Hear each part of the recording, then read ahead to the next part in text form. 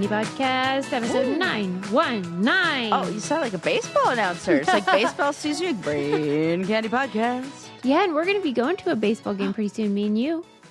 Oh, are we? Pittsburgh. That's right. Oh, You're going to catch fun. Buc Fever. There's no cure. But I do love a baseball game, and I know why you love a baseball game. Wieners galore. What if that were the reason I love baseball games? Just well, wieners. it's one of the reasons I love it. It's a big factor. I love the hangout. It feels like tailgating while watching a game. That is true. You know, it's casual. It's casual. You can go in feeling. and out. Listen, I love it. I really I'm do. going to send you something, and it's going to disturb the heck out of you. Oh, no. Oh, well, okay. Okay, because this is relating to baseball. So, speaking of the Buccos, the Pittsburgh Pirates, there was an incident at the Pirates game recently where a fella, he was just super stoked. There was like a really good play. He jumped up in like exuberance. Yeah. And he fell right over a 20-foot wall onto the field. And I'm going to send you the video and you're going to watch it. Oh, no. And you will not believe your eyes because it looks like a crash test dummy. It does not look like a real person. I'm telling you, it's so horrifying, but I'm now making you experiencing it. Oh, God. Experience it. Why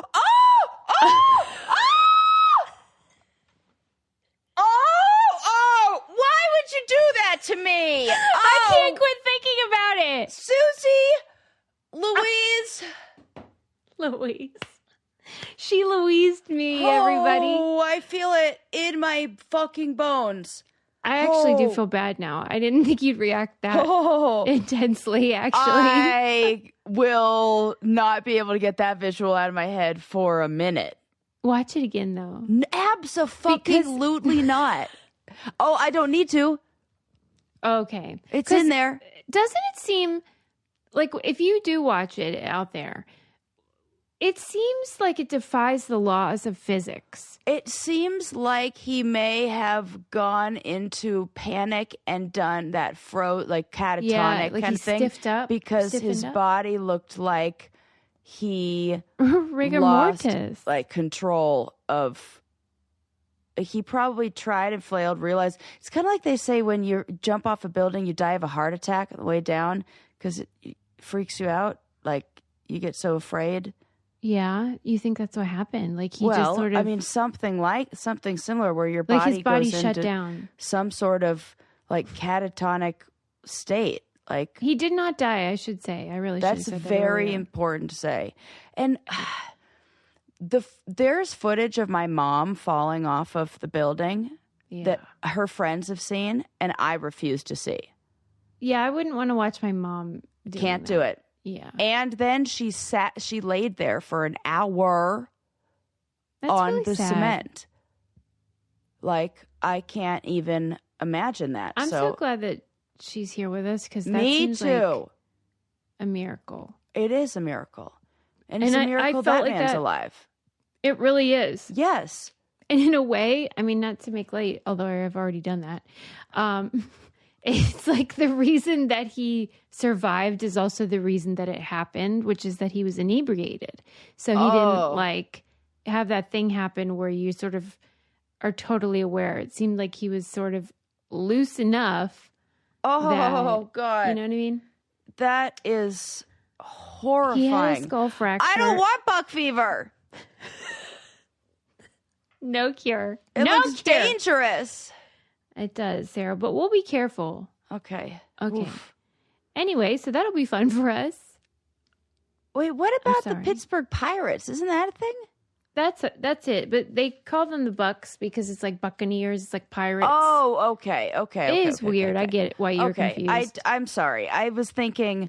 Yeah. I spend a lot of time camping. I see herds of deer. I was thinking bucks like deer. No, which would also be a. I don't know shit about baseball. No, it's just like a little. Well, because we have a mascot, the pirate. Well, the pirate parrot. But then, do you remember that Tim Beggy was the buccaneer. Yes. And that's when he went skinny dipping and then got arrested. Oh, in the fountain. And this was like big news here in the city before he was on Road Rules. That the buccaneer got arrested for skinny dipping in a public pool. Yeah. In the middle of the night. Yeah. Okay. So there you go. You're welcome, everybody. You've learned a lot already. 5 minutes in. This isn't in my notes, but I was fascinated by yesterday's news did you see the clip of the president of France getting smacked in the face? I by sure his wife? did. And them trying to say, it was a playful tussle. We joke like this. Let me tell you, if any partner ever tried to joke with me by coming anywhere near my face. Okay. So that's what I wanted to ask you. So like she is not visible on camera, but her hand sure is when it comes into frame and smacks him right in the face. And it's almost like a shove of the face, not a smack or a slap. And then he sort of is deer in headlights because he's looking up and he is on camera and he sees all the cameras and he's sort of like stunned and then he recovers and he waves like a normal president. But like, okay. Let's play what could have been going on. I have no answers right now. Okay, that's interesting because I hate to admit this, but my first instinct was like, that bitch is crazy. Like, what the fuck? First instinct too. Oh, Sarah, this is not good for our brand at all. I know. Because I was with Kelly and Adam at the time, and they were both like, their first instinct was, what did he do? He cheated, or he was flirting with the air hostess, as Adam would say. I went to... That bitch is crazy. She's... Well, because what are you doing? Even if he was cheating, get a hold of yourself.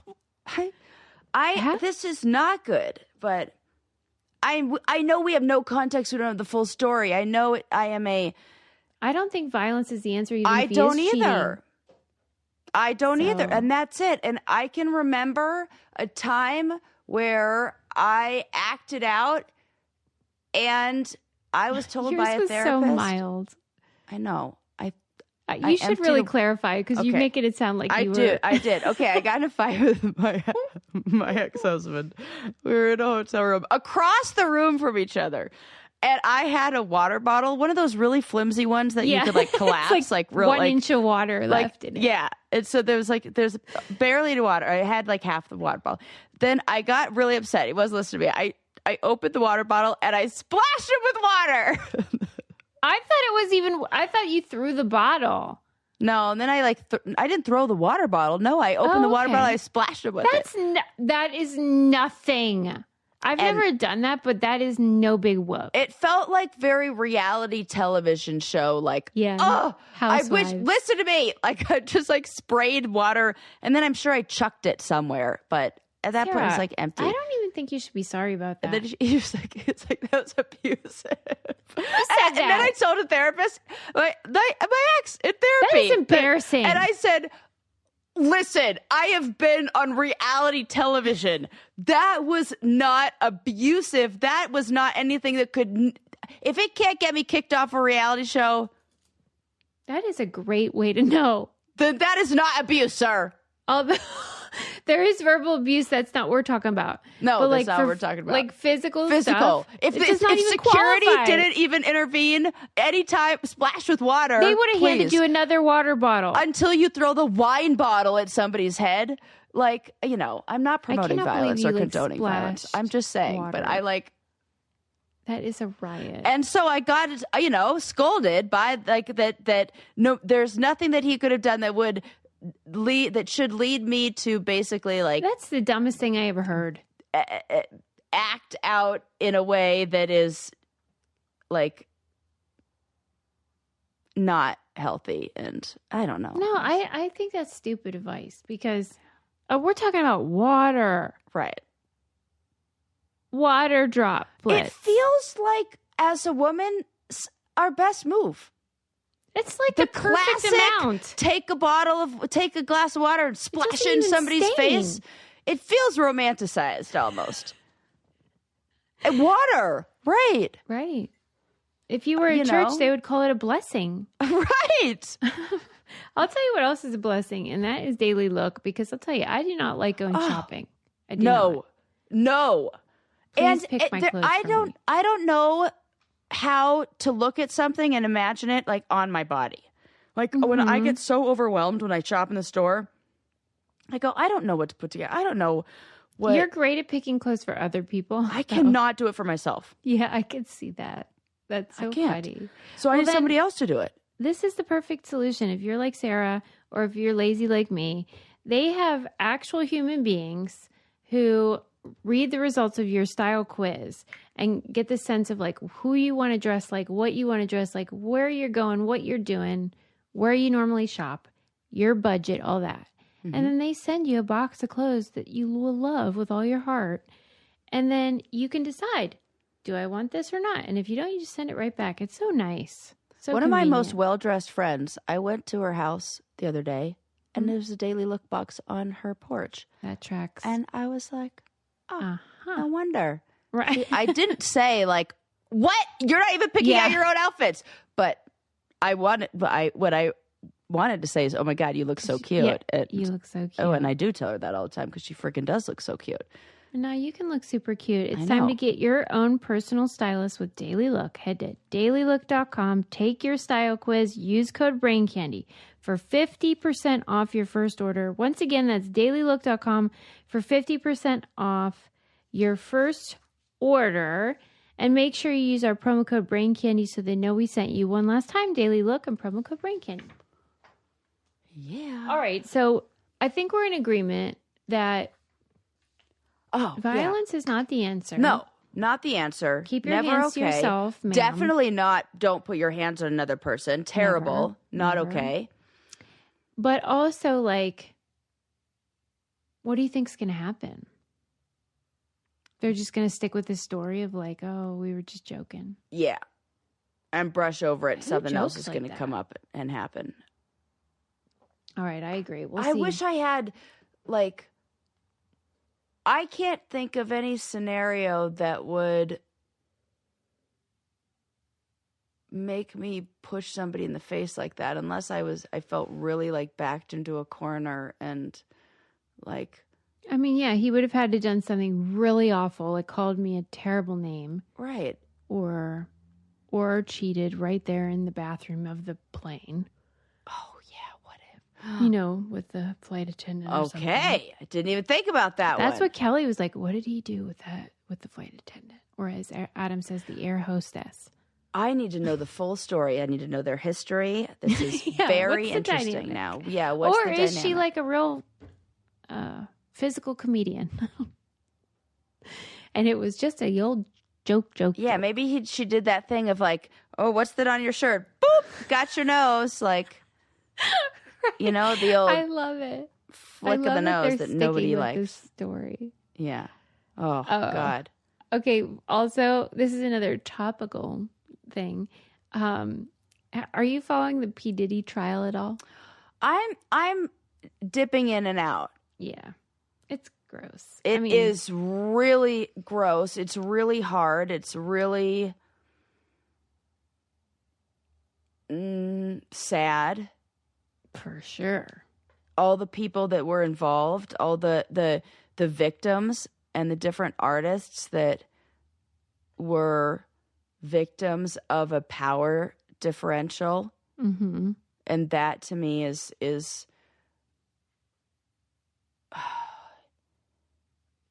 I mean, I think it just like highlights like what can happen when there is a power differential and people left unchecked. Well, and the whole entertainment business is sort of built to like exploit people, you know? Yes. But like Gretchen sent me a text. My sister Gretchen sent me a text. I don't know if you've seen any of the courtroom drawings, but she said, I think the guy who drew Sarah's caricature is also the P Diddy sketch artist. I'm going to send it to you. No! That's funny. The one who did. You know what's, I mean, this is like, okay, we're talking about the P Diddy trial, but my girlfriend and I have decided we're going to have our own caricature drawing night, date night. And because we both believe we could do better than that guy. For sure. And we're going to do caricatures of each other. So stay tuned for that fun. We should videotape the whole thing. Yes, you should. Look at this image that I sent you. Wait till you see. It's really something. This is someone who is a professional artist. No. That beautiful lady looks like a sumo wrestler. What? This looks like, who is that artist who did the, like, Matisse? Like, who did what the actual fuck is this? This guy is taking, he does not know how to, this is a white man, obviously. This court reporter. Okay. This seems to be this feels like a case of I don't know how to draw people of color. But she's pregnant. But I'm looking at him, like Susie. I don't.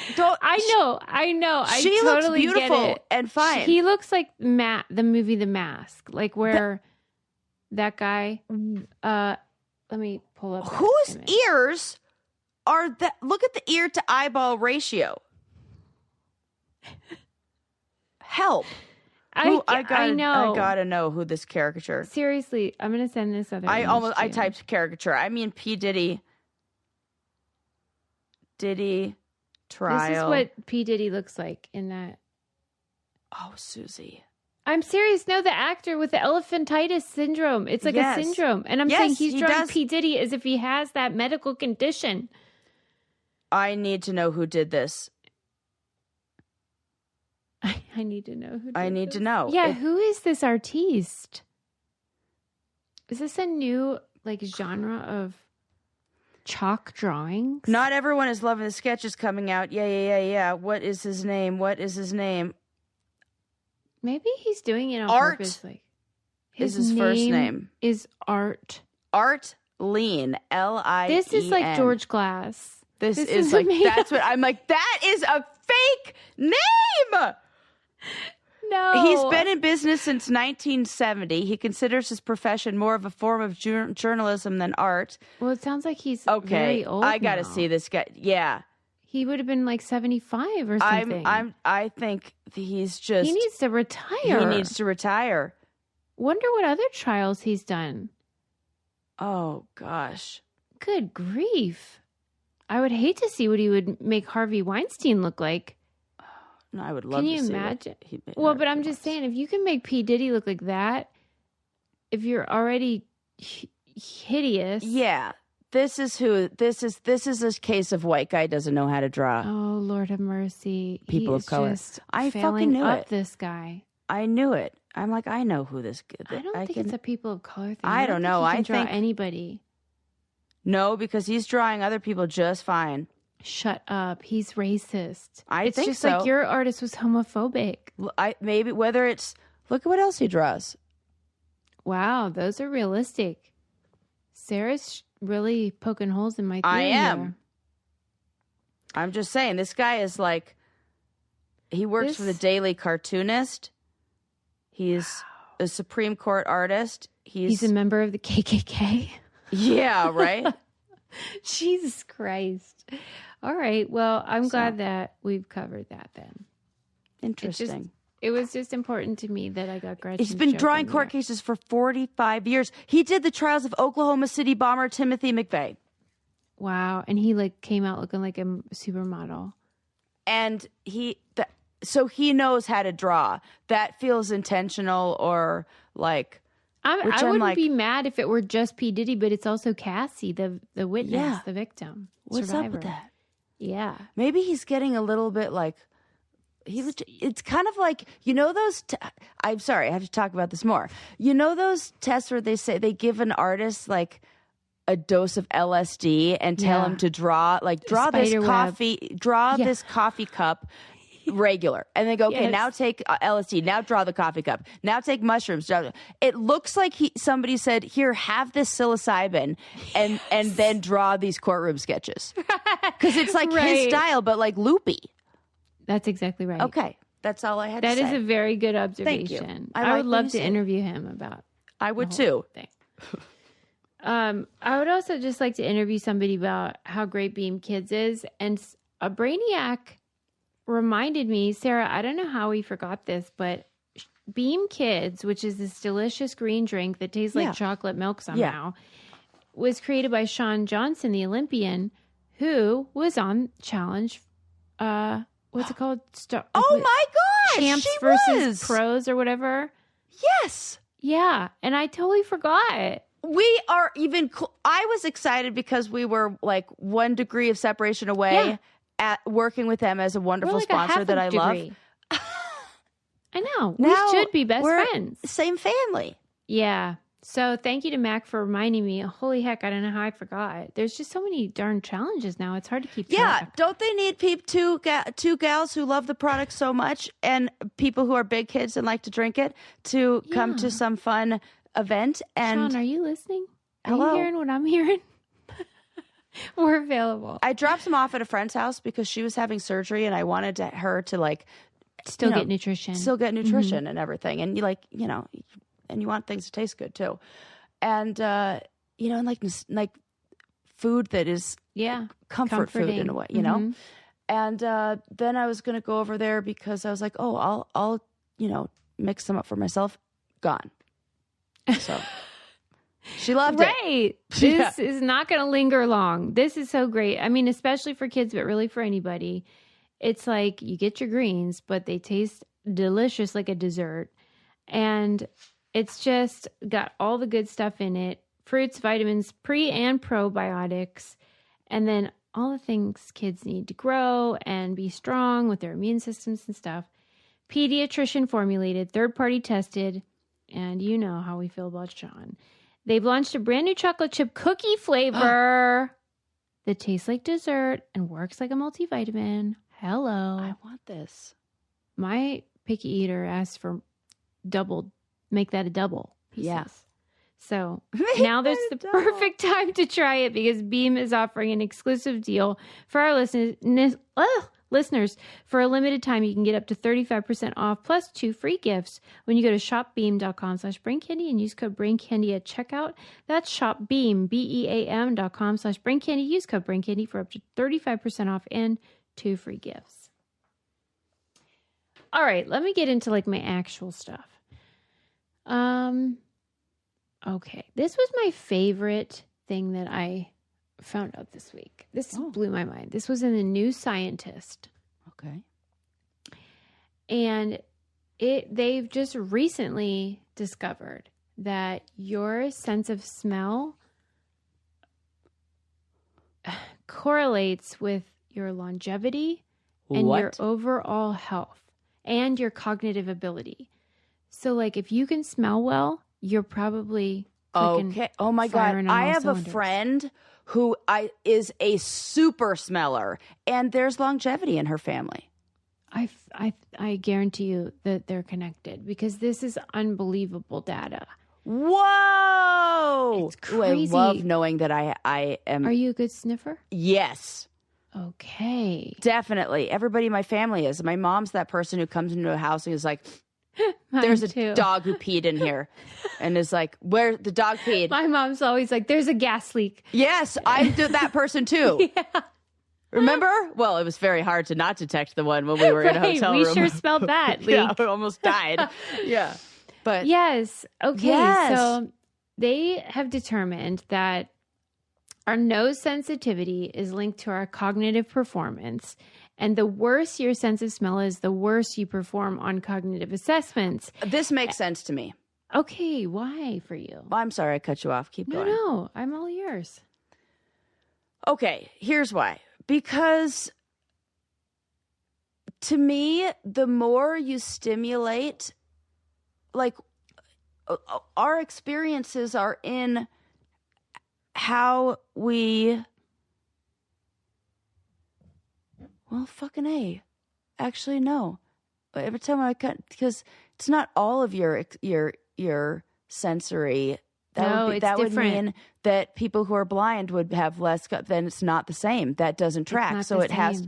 I can tell you why. Every my theory other I debunked as soon as I started saying it out loud. No, in a way you got it exactly right because all the other senses go to this like hub, like a railroad hub. Uh-huh. Except the smell goes directly to your brain because it's basically in your brain. Right. And it skips that middle step. What is the hub? The hippocampus? It was something I never heard of. It did not ring a bell. It was just sort of like, there's this weird spot in your brain where everything goes through before you process the information. And the nose is exempt from that. They call it the superhighway to memory. It's it's the memory center and the emotional center of your brain.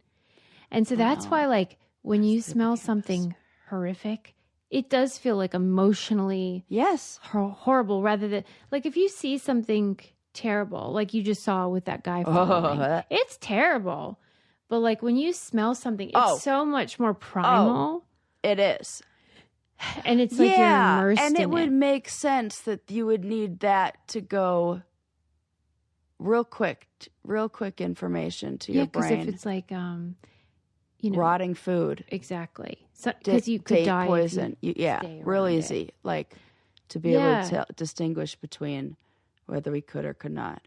But I can imagine how the fine tuning, the sensitivity of that would make for more like connections in the brain almost. Well, that's really what's great is that in addition to it being like a predictor or an indicator of your health or cognition, you can just start working on it, like exercise. Is this something you could train? Yeah. You can buy those little vials of like lavender or whatever, mint, and every day spend 2 to 3 minutes just sniffing stuff.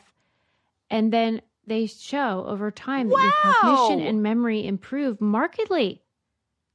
Guys. I know.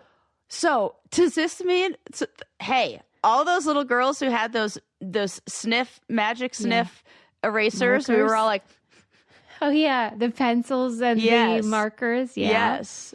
Yeah, this is good for you. Or whatever. It's that like Mr. exercise. Sketch, smelly markers. I those have those smells. Oh, I could smell grape purple right now. Can't you? Black licorice. Yeah. Ugh, nobody wanted that. The cherry of the red. More so, this was also shocking to me. So let's say you do smell something rotten, poop or whatever. Oh. Your body starts producing like inflammation. Your inflammation increases. Wow. And if you smell something lovely, it decreases. So like they really do have an impact. Yes. It's just the smell of what is going on has an impact on your overall health. And so smell is, wow. It's so important, and we really don't think about it enough. And they say that olfactory dysfunction has been linked to more than 100 conditions, including ALS, multiple sclerosis, Parkinson's, Alzheimer's, all those things you don't want. And like I said, memory and then cognitive ability and all that. These are huge things. Huge. This is really important. And I don't know if I talked about this on here because I don't know if I ever like gathered all the information, I don't know, to share this. But there was a study done on Alzheimer's and dementia, and it showed that people who waxed their nose or picked their nose were at higher rates. Like they were more likely to. This makes sense because that makes sense if it connect with olfactory sense and all that. So like, don't wax your nose. Well, yeah, and it said like even if you live in a polluted area, just those pollutants going into that region and the molecules going in there can do damage. Oh my God. So important. Keep your nose healthy. Keep your nose clean. Yeah. Listen, this is the last data point that I wanted to share. A small trial that tested an early prototype of, I don't know, I guess it was like this scent whatever. Okay. Age 60 to 85 found a 226% improvement in verbal memory after 6 months of nightly use. Oh, this was a like a diffuser, and it would shoot out different scents throughout the night. I saw this study too. Yeah. Yes. That's huge. 226%. Yeah, that turns out all those fucking doTERRA ladies were right a little bit. I couldn't believe it. I have been talking shit on those essential oils, ladies. I was like, that is an oxymoron. Essential oil is an oxymoron. Turns out it's not. They are essential. They are. If you want good cognitive health. I eat my words. She does. And I smell your victory. I did feel bad because I was like, I thought those fools were just bamboozling. Right. No, it was, there was a study that showed lavender has the same effects as Valium, or it acts on the same centers in your brain that Valium does. Crazy. And so it has those calming effects. Not because that match perfectly. But if you look at what same areas. Sitch. Well, I stand corrected, essential oils, ladies. Yeah. I Susie's admit buying defeat. If you're selling. Yeah. I will have a doTERRA party or whatever it is. But what I think what's also important to mention is that knowing that our smell is so important. I joked about smelling those scented markers and everything. But if we can smell something, it means that there are particles. That's right. And I care about the particles that are like going into these places. So one of the weird things that I noticed when I got COVID and I lost my sense of smell and taste. I couldn't smell or taste anything. The thing that came back, I can't remember if it came back first or it took... Maybe it was the thing that I could taste first. It was artificial flavors. Oh, wow. Those I could taste, but I couldn't taste the real stuff. And that kind of freaked me out about those flavors, about what that is doing. Yeah, because they're more potent. I could see that. Yeah. And like if you have a candy that's banana. Yeah. Versus an actual banana. Yeah. Yeah. But it's like, it was... and chocolate and it was easy to tell this isn't the real stuff because I can taste it and I can't taste it. And so, yeah, I just feel like we need to be, I don't know, maybe careful about the stuff that we're smelling. Go with flowers. Right. Like all the candles that are full of shit. Yeah. You shouldn't be using those. It's such a bummer because the perfumes that are the most effective are so because they have the PFAs or whatever it is. Because forever chemicals. There are plenty of organic or non-toxic scents that I love, but they just don't linger in the same way as like the fucking chemicals. Yeah. I wish we could sort if that you like out. a little trick, if you put an like Vaseline or something that's like oil based on your skin before you spray your perfume, it'll help it lock that is a good tip. in there. Who taught you that? Fucking like Cosmo Magazine or some shit. That's a great tip. Yeah, I love it. Will. There's something about, or like maybe this woman I follow who's like, I think she's called the Lavishly Jackie or something like that. Oh, Lord. This very lavish woman who I just love to look at on Instagram. It's fun. And she like has a whole wall full of, her perfume collection and fancy. I guarantee you she has a lot of essential oils going on. For sure. Yeah. She's lavish. She is lavish. And they were right all along. I'm sorry I ever doubted you. Okay, moving on.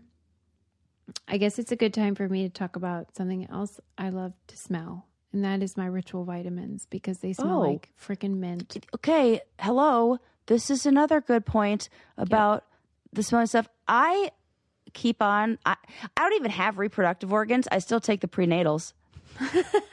Well, I like how they taste. Well, right, and they are good for you apart from those organs. Seems fine with me. Yeah, you get what you need from them. I love them because they are just so easy to take and easy on the body. And then Ritual also has the protein powder that I love. Oh, yes. Vanilla flavored. super high quality stuff. Everybody's trying to get protein. I'm no different. Yeah. I mean, what do you think? This is steroids happening? Whoa! No, that's ritual. That's ritual protein. It's all natural, baby.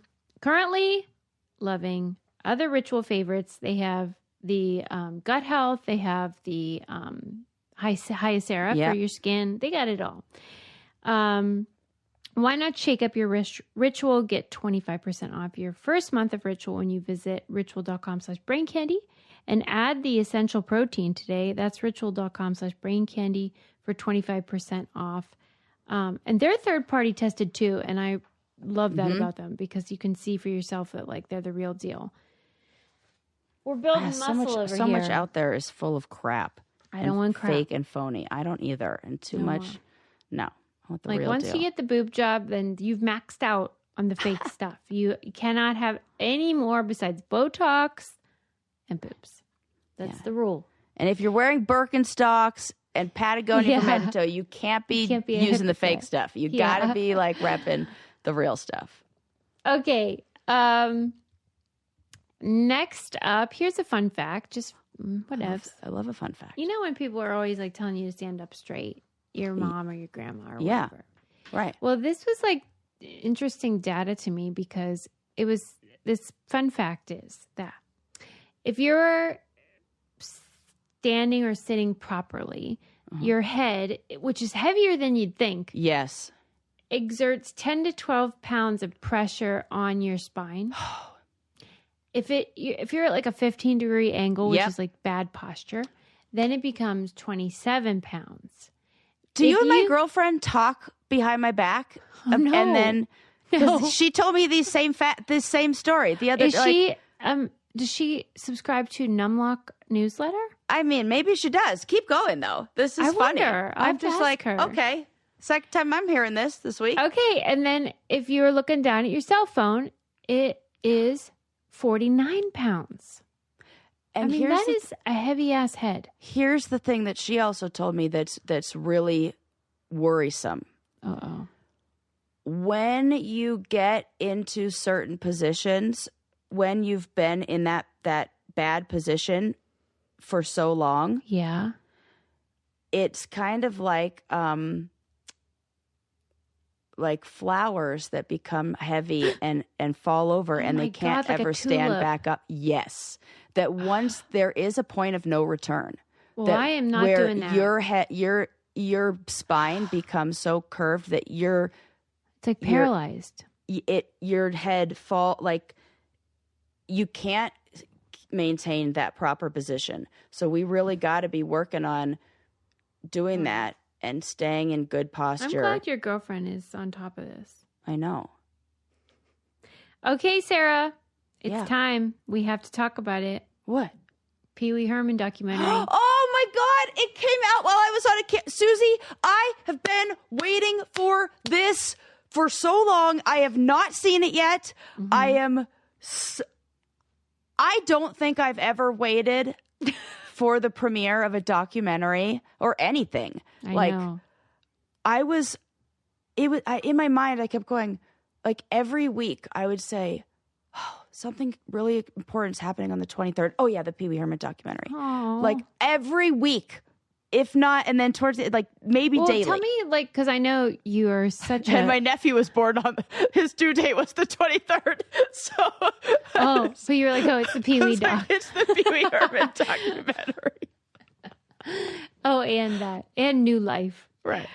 Well, what is it? I know that, of course, that you are an enthusiast. Like, you love Pee Wee. It makes you emotional. But, like, what is it that you hoped for? I'm hoping for? I like... We're talking about Pee Wee Herman, by the way. Yes, of course. Paul Rubens. I know that he was somebody... Okay. Yeah. My therapist has told me before that this was in the past. This was like 15 years ago. That it's like I'm tap dancing through life. Like tap dancing where I'm this was especially when I was on reality TV, like showing up and giving it all to the people and being this version of myself that people want me to be. And then when the curtains close, I'm exhausted and I'm like, oh God, I want to take off the tap shoes and take off the costume. And I just want to like hide out and just be myself. And I feel like he can I feel like I will see that maybe reflected in his story, or that will be something that we will maybe share, and I will feel seen. Yeah, seen, and obviously his is on such a larger scale, and then this thing that you love might also be this thing that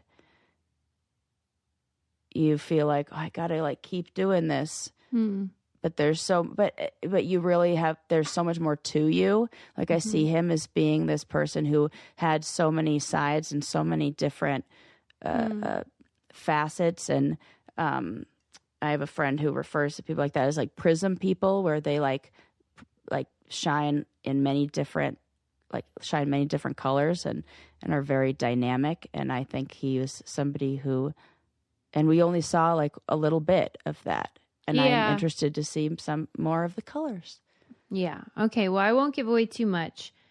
I think, well, it's a wonderful documentary. It's 2 parts. Each one's an hour and a half. Oh, great. And he was interviewed for 40 hours. Wow. And the filmmakers did not know he was dying. So this was done under like false pretenses, because Paul was private and wasn't interested in sharing that part of him. So that is a huge element that's at like the subtext of it, because it's obviously not discussed because they didn't know. Right. But we know, because he's dead now, as a viewer, that he is dying, and that is bubbling under the surface. So that's interesting.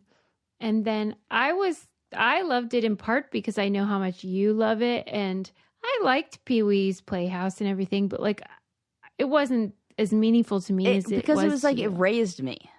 Well, right, and I can see why now as an adult, looking at the way that it was produced and the artistry of it, and the like countercultural, avant-garde stuff that like really is not my cup of tea in general, but like I can totally see why it spoke to you. Yeah. Why it was so important to you. And like you probably felt like that, I mean, it probably spoke to you in a way that most shows wouldn't. Yeah. That are just sort of vanilla normally. Yeah. Right? Yeah, and it was so much stimulation. It felt like that was what my brain was like on the inside.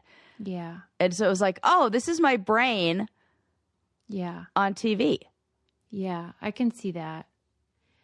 And then I guess the takeaway for me is about how not just Paul, but all of us are often like prisoners in a prison of our own making. That, you know, he created this persona of Pee Wee. Yeah.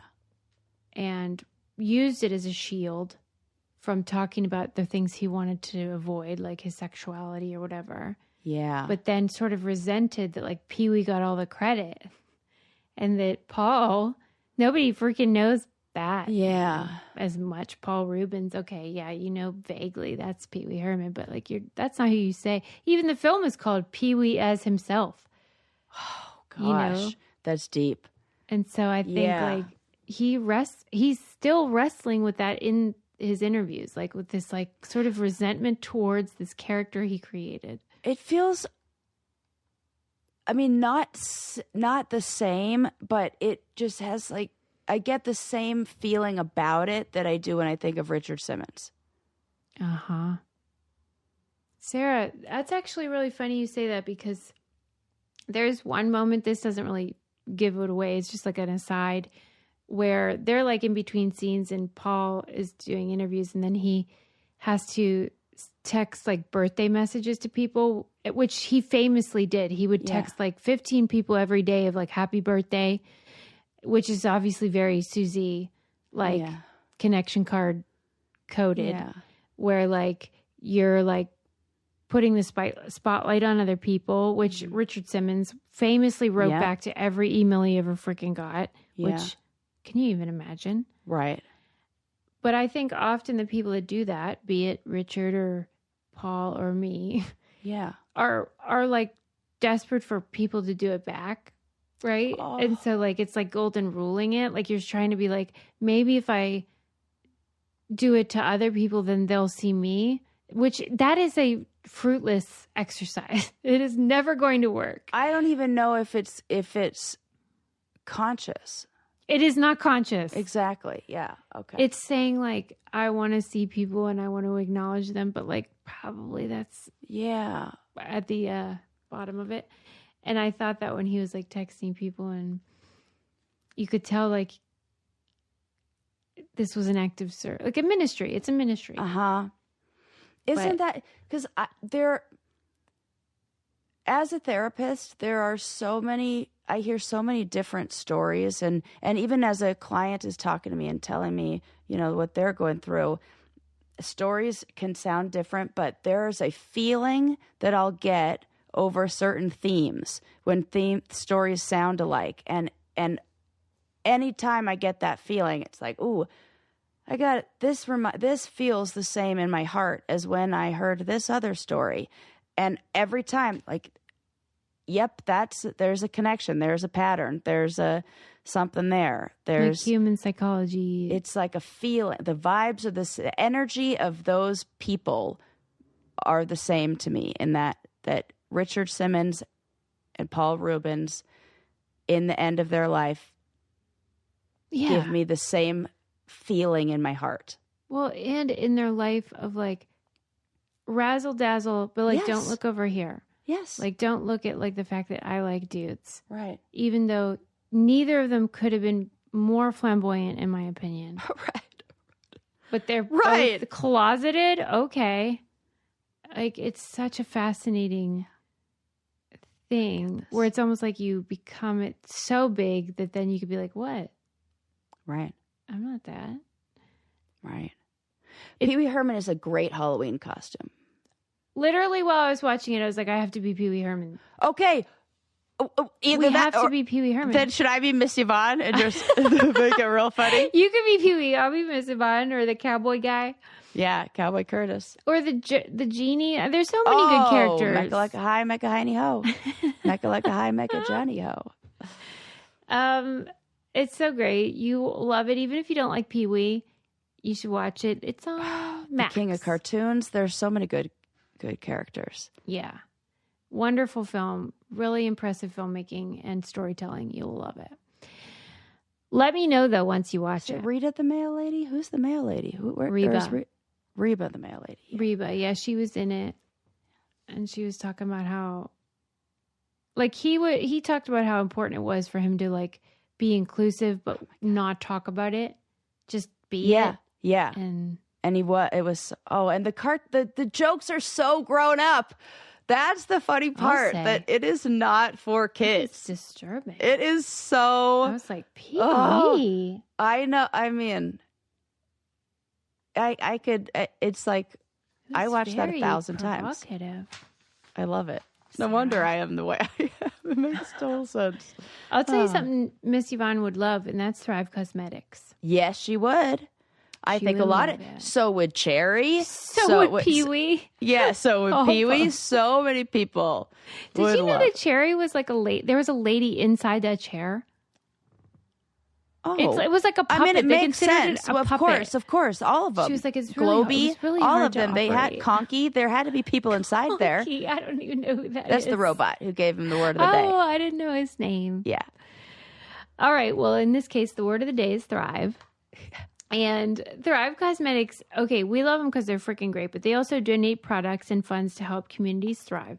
But they help me thrive because they have that freaking great mascara, the eye brightening. Yes. The brilliant eye brightener. I've recently been a big fan, especially because it is sweaty season. I'm a big fan of the mattifying primer that it's I know, like, you keep bragging about it, and I need to buy because it. Suze, I'm that person who wants to apply my makeup one time and then not ever again for the rest of the day. Yeah, I get that. So I put on the primer. Yeah. I put on my tinted moisture color correcting foundation. It's that I can CC layer. cream. It's like, super sheer. I love it. And then I use my cream blush sticks. Stays on all day. I don't have to reapply. That's what I'm looking for. It is great. The mascara is your gateway. And I've just went to breakfast, I told you, with my friend and her daughter uses the serum for her lashes. And her doctor told her to use it because she was getting like infections from like whatever kind she was using. And they were like, you need to use the good kind. And that was what they said, Thrive. Love that. I love that. Yes. Try your new trusty favorites with an exclusive set for our listeners. New customers can get the Liquid Lash Extensions Mascara and a mini-sized Brilliant Eye Brightener at a special set price with free shipping, available at thrivecosmetics.com/braincandy, or save 20% off your first order at thrivecosmetics.com/braincandy. That's Thrive Cosmetics, CAUSEMATICS.com/braincandy for 20% off your first order. Okay. It's time to get the summer shade. Getting a little too tan.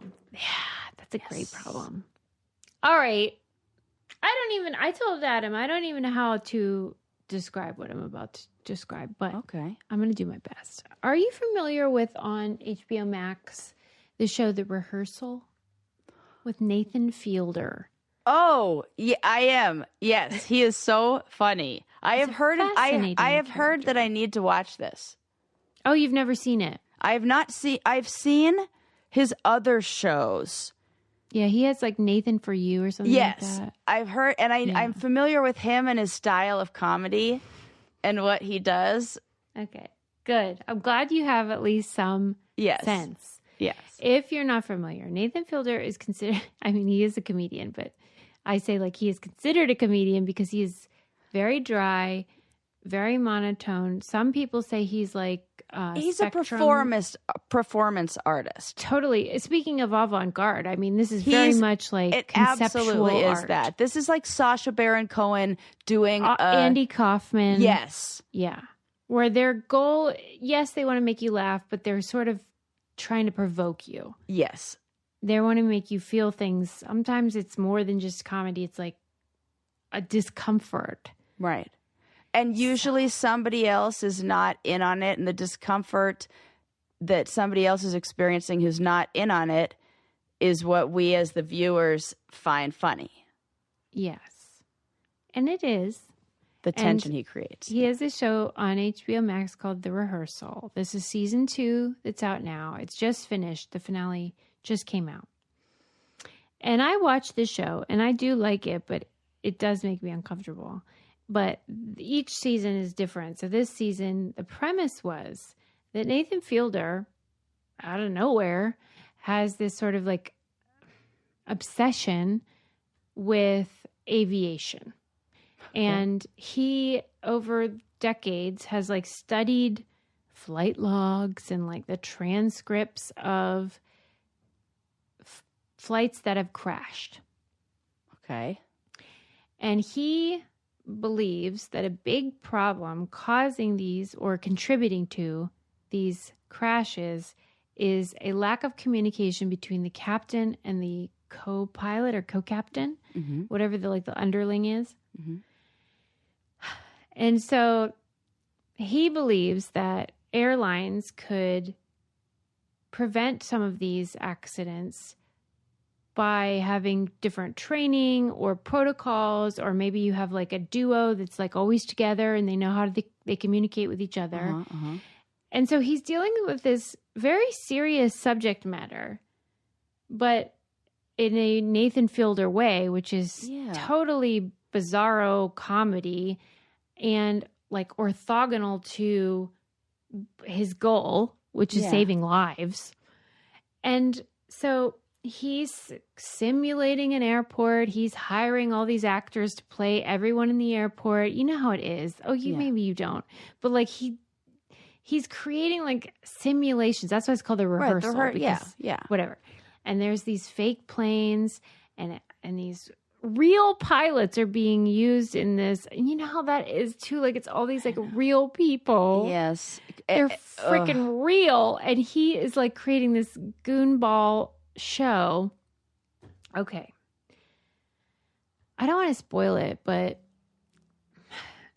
by the finale, I guess what I'm saying is I think he was successful. That's what I want to know. Are we going to have changed policies because I think so.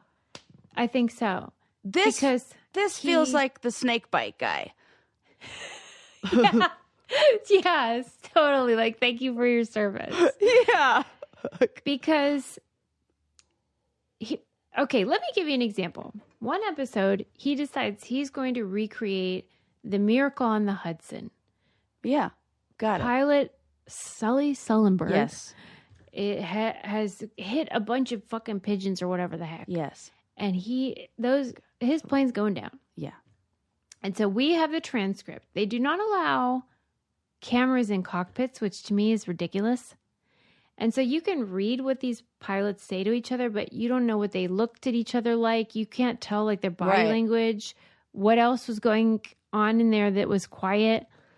And so all we know is like at one point, Sully says to his co-captain, like, you got any ideas?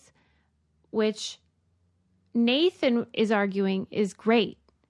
That is the head guy asking the lower guy, like, do you, like avoiding sort of this dictator. Yes. And then I forget the number, but there's like 43 seconds of silence. It's like an extended period of silence in the cockpit. We don't know what happened. Well, leading up to this, Nathan has read Sully Sullenberg's memoir. And just the work that went into this is you don't even know the half of it. By the finale, you'll be like, what did I just watch? Okay, I have to see it now. I even know the ending. Okay, I love this. Okay, so at a certain point in the memoir, Nathan notices that like Sully starts talking about music a lot. And like in the timeline of his life, it's exactly when the iPod came out. So Nathan has decided that Sully got an iPod, and that's why he's like really getting into music, and that he's like grown attached to certain musical artists, and the main one is Evanescence. Oh my God. Okay. And Nathan has noticed that this guy is obsessed with that song, Wake Me Up Inside. I was just about to sing it. I'm mad that I'm mad that I didn't do that first. And that the chorus of that song is exactly like 43 seconds longer, whatever the gap in the cockpit silence is. Oh my God. Okay. So Nathan believes that Sully put his iPod earbuds in and like listened to that chorus to get like revved up to like do the Miracle on the Hudson. And then he did. And it was like he saved lives, right? Okay. Sarah. I mean, right. I wish I could adequately explain every episode, but there is so much insanity that I could never. It's shocking that I'm even watching it. Genius. It is, but in the way that you're a genius, and definitely not in the way that I am anything. Because I'm just like, what the fuck? But it's so great. So anyway, in the end, he really is making an important point, which is that the co-pilot and the pilot need to have a relationship where you can dissent, and not descent, but dissent, and say like, hey, maybe you're not doing this right. Right. And that way you could avoid this type of thing. Also that pilots need to be able to tell their employer if they're struggling with depression instead of like trying to be perfect and squashing it down. Because now if they say they're suffering with anxiety or depression, they might lose their job. Right, right. And so he's just pointing out these glaring problems in the aviation industry. Yeah. And you should watch it because the finale is jaw-dropping. Wow. And every pilot needs a good mixtape. We all need like an amp-up song. What do they call that? Like when like a wrestler comes out? A walkout? Like your walkouts. Yeah, like you're up to bat. What are they, like the pitcher or the what are the those batter called? comes out, like walkout songs. And they rev you up, they get you like going. Yeah. And then you can do a Miracle on the Hudson.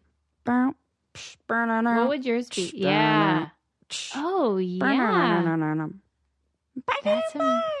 That would be yours? No, I'm just saying that's a good one. Mine. It's a great one. What would my walkout song be? I need to think about this. I'm taking suggestions. Yeah. I'm surprised, like, did you not have one in water polo? No. Man, we didn't. Women's sports always get shit on. Yeah, I wish we did. I would say they did. My friend called me Barracuda. That it was like, that's a great so one. It could be like, ooh, Barracuda. You know, yes. Remember when we went to that was, when we went to see the Real World House. That was a song that the guy played for us, and I was like, that was the song that. That's a perfect whatever anthem. Yeah. Okay.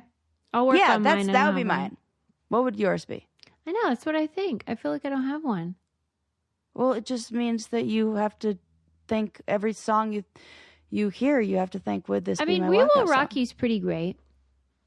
That's Queen. Good intro. Good.